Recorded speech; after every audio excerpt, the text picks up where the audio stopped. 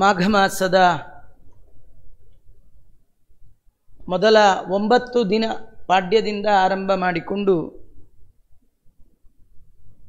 ನವಮಿಯ ಪರ್ಯಂತರವಾದ ಈ ದಿನವನ್ನು ಮಧ್ವ ನವರಾತ್ರಿ ಅಂತ ಕರೀತಾ ಇದ್ದಾರೆ. ಈ ಸಂದರ್ಭದಲ್ಲಿ ಜಗದ್ಗುರು ಮಧ್ವಾಚಾರ್ಯರ ಸ್ಮರಣೆ, ಆಚಾರ್ಯರು ಭಗವಂತನ ಆಜ್ಞಾನುಸಾರವಾಗಿ ಪವಿತ್ರವಾದ ಈ ಕರ್ಮ ಭೂಮಿಯಾದಂತಹ ಈ ನೆಲದಲ್ಲಿ ಅವತರಿಸಿ ಭಗವಂತನ ಸದ್ಗುಣಗಳ ನಿರ್ಣಯವನ್ನು ಮಾಡಿ ಸಾಧಕ ಜಿಜ್ಞಾಸುಗಳಿಗೆ ಅತ್ಯಪೂರ್ವವಾದಂತಹ ಗ್ರಂಥಗಳು, ಸರ್ವಮೂಲ ಅನ್ನುವಂತಹ ಗ್ರಂಥಗಳನ್ನು ಕೊಟ್ಟು ದೊಡ್ಡ ಬದರಿಗೆ ಪ್ರಯಾಣ ಮಾಡಿದಂತಹ ದಿನ ಮಧ್ವನವಮಿ. ಕಣ್ಣಿಗೆ ಮರೆಯಾಗಿ ಇಂದಿಗೂ ಅದೃಶ್ಯಾಸ್ತಿ ರೌಪ್ಯ ಪೀಠೆ ದೃಶ್ಯಾಸ್ತಿ ಬದರಿ ತಟೆ, ಅದೃಶ್ಯರಾಗಿ ಆಚಾರ್ಯರು ಅನಂತೇಶ್ವರನ ಸನ್ನಿಧಾನದಲ್ಲಿ ಇವತ್ತಿಗೂ ಇದ್ದಾರೆ. ಮತ್ತೆಲ್ಲಿ ಕಾಣಲಿಲ್ವಲ್ಲ, ಎಷ್ಟೋ ಬಾರಿ ಎದುರಿಗಿದ್ದವರೇ ಕಾಣಲ್ಲ, ಎಡವುತ್ತಿರ್ತೀವಿ, ತುಳಿತಿರ್ತೀವಿ. ಆಚಾರ್ಯರನ್ನು ಕಾಣುವ ಪವಿತ್ರವಾದ ಕಣ್ಣು ನಮಗಿಲ್ಲ. ಯಾರು ಆಚಾರ್ಯರನ್ನು ನೋಡುವ ಎತ್ತರಕ್ಕೆ ಏರಿರ್ತಾರೆ ಸಾಧನೆಯಲ್ಲಿ, ಅವರಿಗೆ ಆಚಾರ್ಯರು ಕಾಣ್ತಾರೆ. ಎಲ್ಲಿ? ಅನಂತೇಶ್ವರನ ಸನ್ನಿಧಾನದಲ್ಲಿ. ದೊಡ್ಡ ಬದರಿಯಲ್ಲಿ ಇವತ್ತಿಗೂ ವೇದವ್ಯಾಸ ದೇವರ ಮುಂದೆ ಕೂತು ಅಧ್ಯಯನದಲ್ಲಿ ನಿರತರಾದ ಮಹಾನುಭಾವರು ಆಚಾರ್ಯರು. ಅವರ ಕಥಾಶ್ರವಣ ಮಾಡಬೇಕಾದ್ದು. ಆ ನಿಟ್ಟಿನಲ್ಲಿ ಆಚಾರ್ಯರ ಜೀವನ, ಅವರ ಕೃತಿ, ಅವರ ಕಾಲದಲ್ಲಿ ಅವರು ತೋರಿದಂತಹ ಅಪೂರ್ವವಾದ ಅನೇಕ ಮಹಿಮೆಗಳು, ಇದು ವಿಸ್ತಾರವಾಗಿ ದಾಖಲೆ ಮಾಡಿದ ಒಂದು ಗ್ರಂಥ ಶ್ರೀ ಸುಮಧ್ವ ವಿಜಯ.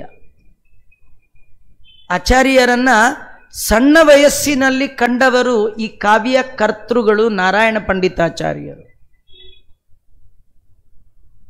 16 ಸರ್ಗಗಳಲ್ಲಿ 1000ಕ್ಕೂ ಮಿಕ್ಕ ಶ್ಲೋಕಗಳಲ್ಲಿ ಜಗದ್ಗುರು ಮಧ್ವಾಚಾರ್ಯರ ಜೀವನವನ್ನು ಬಣ್ಣಿಸಿದ್ದಾರೆ, ಅವರ ಗ್ರಂಥಗಳನ್ನು ವರ್ಣಿಸಿದ್ದಾರೆ, ಅವರು ಮಾಡಿದ ಮಹತ್ತರವಾದ ಉಪಕಾರವನ್ನು ನಮಗೆ ತಿಳಿಸಿಕೊಟ್ಟಿದ್ದಾರೆ. ಆಚಾರ್ಯರ ಮಹಿಮೆ, ಅವರ ಚರಿತ್ರೆ ಯಾಕೆ ಕೇಳಬೇಕು, ಕೇಳೋದ್ರಿಂದ ನಮಗೇನು ಫಲ, ಅದನ್ನು ಮೊದಲು ತಿಳಿಬೇಕು.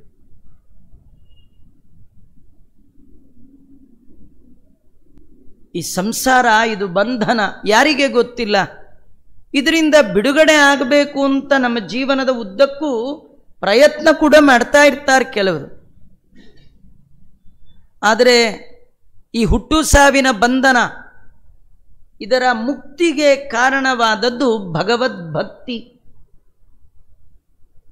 ಭಕ್ತಿಯಾ ಮುಕ್ತಿ, ಭಕ್ತಿ ಇದ್ದವರಿಗೆ ಮಾತ್ರ ಮುಕ್ತಿ. ಈ ಭಕ್ತಿ ಬರಬೇಕಂದ್ರೆ ಏನು ಮಾಡಬೇಕು? ಭಗವಂತನ ಬಗ್ಗೆ ಸರಿಯಾದ ತಿಳುವಳಿಕೆ ಬೇಕು. ಭಗವಂತನ ಬಗ್ಗೆ ಸರಿಯಾಗಿ ತಿಳಿದು ದೇವರಲ್ಲಿ ಭಕ್ತಿ ಮಾಡಬೇಕು. ಅಲ್ಲ, ದೇವರಲ್ಲಿ ಭಕ್ತಿ ಮಾಡಬೇಕಾದ್ರೆ ಏನು ಮಾಡಬೇಕು? ಪಂಡಿತಾಚಾರ್ಯರು ಹೇಳ್ತಾರೆ, ಮುಕುಂದ ಭಕ್ತಿಯೈ ಗುರು ಭಕ್ತಿ ಜಾಯೈ. ದೇವರನ್ನು ತಿಳಿಸುವಂತಹ ಒಳ್ಳೆ ಗುರುಗಳಲ್ಲಿ ಭಕ್ತಿ ಮಾಡಬೇಕು. ಎಷ್ಟೋ ಜನ ದೇವರನ್ನು ತಿಳಿಸ್ತೀವಿ ಅಂತ ತಿಳಿಸ್ಲಿಕ್ಕಾಗದೆ ಕಡೆಗೆ ನಾನೇ ದೇವರು ಅಂತ ಅಂದ್ಬಿಟ್ಟು, ಅಲ್ಲ ಆಚಾರ್ಯ ಮತ್ತು ನಾನು ನೀನೂ ದೇವರು ಅಂದ್ಬಿಟ್ಟು, ನಿನ್ಗೆ ಯಾಕೆ ಬೇಜಾರಪ್ಪ, ನೀನೂ ದೇವರು ನಾನು ದೇವರು. ಹಿಂಗೆ ನಾನೇ ದೇವರು ನೀನೇ ದೇವರು ಆಗಿದ್ರೆ ನಮ್ಮ ಹಣೆ ಬರ ನಮಗೆ ಗೊತ್ತಿಲ್ವ? ನಾವು ದೇವರಲ್ಲ ಅಂತ ಇನ್ನೊಬ್ರು ಹೇಳ್ಬೇಕಾ? ನಾವು ದೇವರಲ್ಲ ಅಂತ ನಮಗೆ ಯಾರು ಹೇಳಬೇಕಾದ್ದಿಲ್ಲ. ಒಂದೇ ಒಂದು ಉದಾಹರಣೆ, ಈ ಮಧ್ವಾಚಾರ್ಯರು ಜಗತ್ತಿನ ಮನುಕುಲಕ್ಕೆ ಗುರುಗಳಾಗಿ ಬಂದವರು, ಯಾವುದೇ ಒಂದು ಮತ ಮಠ ಪಂಗಡಕ್ಕೆ ಗುರುಗಳಾಗಿ ಬಂದವರಲ್ಲ. ಅವರಂತಾರೆ ನೀನೇ ದೇವರು ಅಂತ ಅನ್ನೋದಾದರೆ ಯದಿ ನಾಮನ ತಸ್ಯ ವಶೇ ಸಕಲಂ ಕಥಮೇವತು ನಿತ್ಯ ಸುಖಂ ನ ಭವೇತ್. ನೀನು ದೇವರಾಗಿದ್ದರೆ ನೀನು ಬಯಸುವ ಸುಖ ನಿಂಗೆ ನಿತ್ಯ ಆಗ್ತಾ ಇಲ್ಲ. ಯಾಕೆ?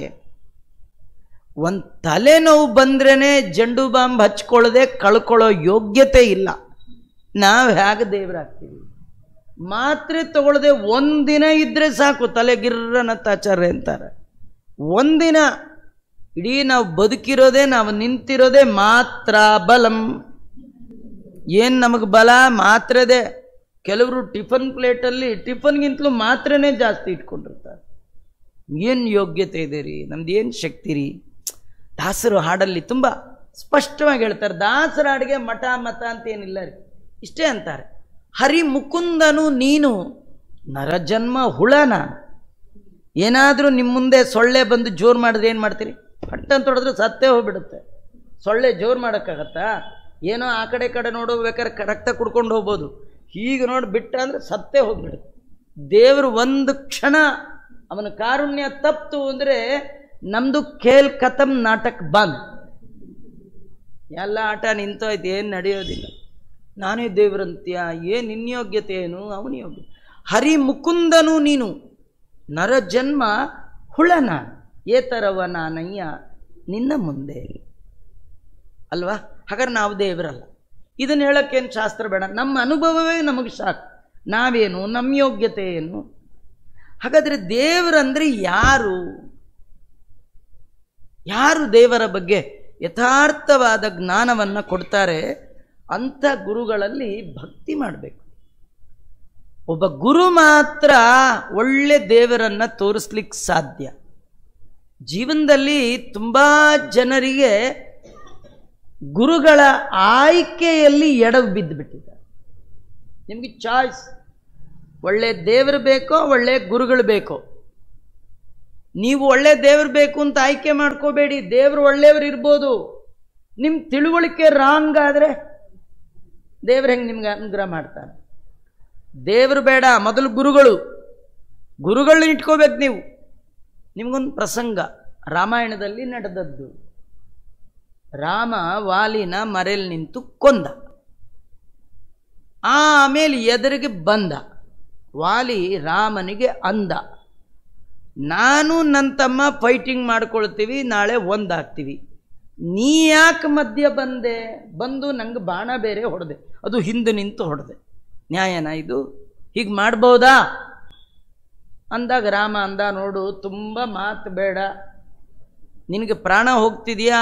ನಾನು ಬಾಣ ತೆಗೆದು ತ್ರಾಣ ಇಟ್ಟು ಪ್ರಾಣ ಕೊಡ್ತೇನೆ. ನನಗೆ ಬಾಣ ಬಿಟ್ಟು ಪ್ರಾಣ ತೆಗಿಲಿಕ್ಕೂ ಬರುತ್ತೆ, ಬಾಣ ತೆಗೆದು ಪ್ರಾಣ ಕೊಡಲಿಕ್ಕೂ ಬರುತ್ತೆ. ಈ ಕೆಲವರಿಗೆ ಬರೀ ಕುಯ್ಯೋದು ಮಾತ್ರ ಗೊತ್ತಿರುತ್ತೆ, ಹೊಲಿಯೋದು ಬರಲ್ಲ, ಅವರು ಡೇಂಜರ್. ಕೆಲವರು ಕುಯ್ತಾರೆ, ಹೊಲಿತಾರೆ, ಅವರು ಸರ್ಜನ್. ಬೇರೆಯವರು ದುರ್ಜನ್, ಬರೀ ಕುಯ್ದು ಬಿಡ್ತಾರೆ, ಅವರು ದುರ್ಜನ್. ದೇವರಂತ ನಾನು ದುರ್ಜನ ಅಲ್ಲ, ಸಜ್ಜನ ಶಿಖಾಮಣಿ. ನನಗೆ ಪ್ರಾಣ ತೆಗೆಯೋದು ಗೊತ್ತು, ಕೊಡೋದು ಗೊತ್ತು. ನಿಂಗೆ ಬೇಕಾ? ಬಾಣ ತೆಗಿತೀನಿ, ಪ್ರಾಣ ಕೊಡ್ತೇನೆ, ಒಂದು ಸೆಕೆಂಡ್ ಕೆಲಸ ಅಂದ. ಆದರೆ ವಾಲಿ ಅಂತಾನೆ, ನೀ ಕೊಡೋ ಪ್ರಾಣ ಪರ್ಮನೆಂಟ್ ಇರುತ್ತಾ? ಇವತ್ತಲ್ಲ ನಾಳೆ ಹೋಗುತ್ತೆ. ಆದರೆ ನನ್ನ ಪ್ರಾಣ ಇನ್ನೊಮ್ಮೆ ಹೋಗುವಾಗ ನೀನು ಎದುರಿಗೆ ಬರ್ತೀಯಾ? ಎಂಥ ಚಾನ್ಸ್ ಇವತ್ತು ನನಗೆ. ಪುರುಷೋತ್ತಮಾಗ್ರೆ, ಪರಮ ಪುರುಷನಾದ ನಿನ್ನ ಕಣ್ಮುಂದೆ ಈ ದೇಹ ತ್ಯಾಗ ಮಾಡುವ ಭಾಗ್ಯ ಯಾರಿಗೆ ಸಿಗುತ್ತೆ?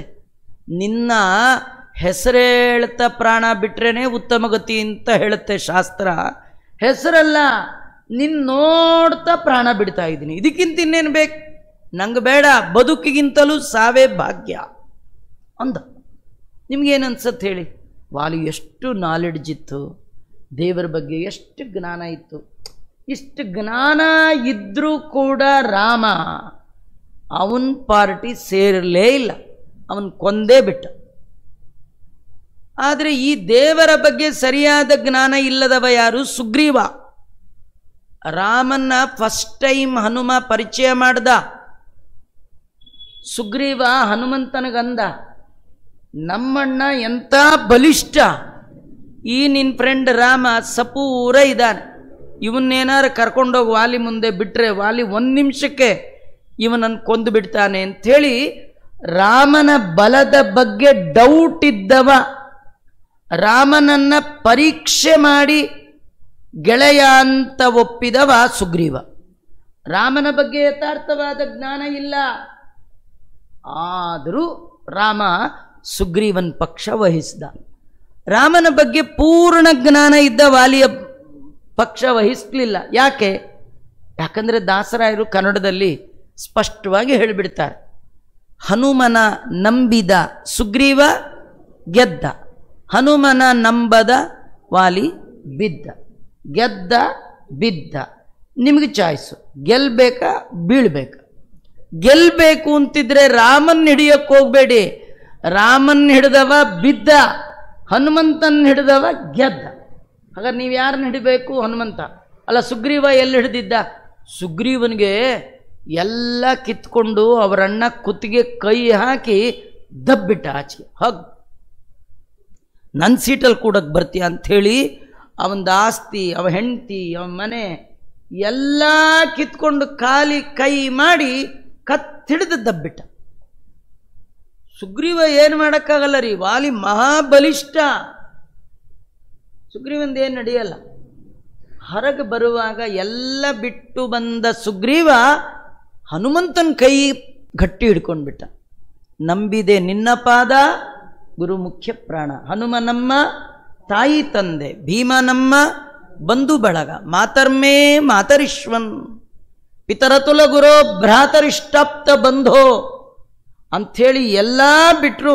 ಹನುಮಂತನನ್ನ ಬಿಡದೆ ಸುಗ್ರೀವ ಹಿಡಿದ ಕಾರಣ ಹನುಮ ಜೀವನಾದ ಸುಗ್ರೀವನಿಗೆ ಸರ್ವೋತ್ತಮನಾದ ರಾಮನ ಸಖ್ಯ ಫ್ರೆಂಡ್ಶಿಪ್ ಮಾಡಿಸಿದ. ನಮಗೆ ದೇವರದು ಫ್ರೆಂಡ್ಶಿಪ್ ಆಗಬೇಕಾದ್ರೆ ಜೀವೋತ್ತಮರು ಮೀಡಿಯೇಟರ್ ಆಗಿ ನಮ್ಗೆ ಸಿಗ್ಬೇಕು. ಏನಂ ಮೋಚಯ ಏನಂ ಉದ್ಧರ ಅಂತ ಇನ್ಫ್ಲೂಯೆನ್ಸ್ ಅವರು ಮಾಡಬೇಕು.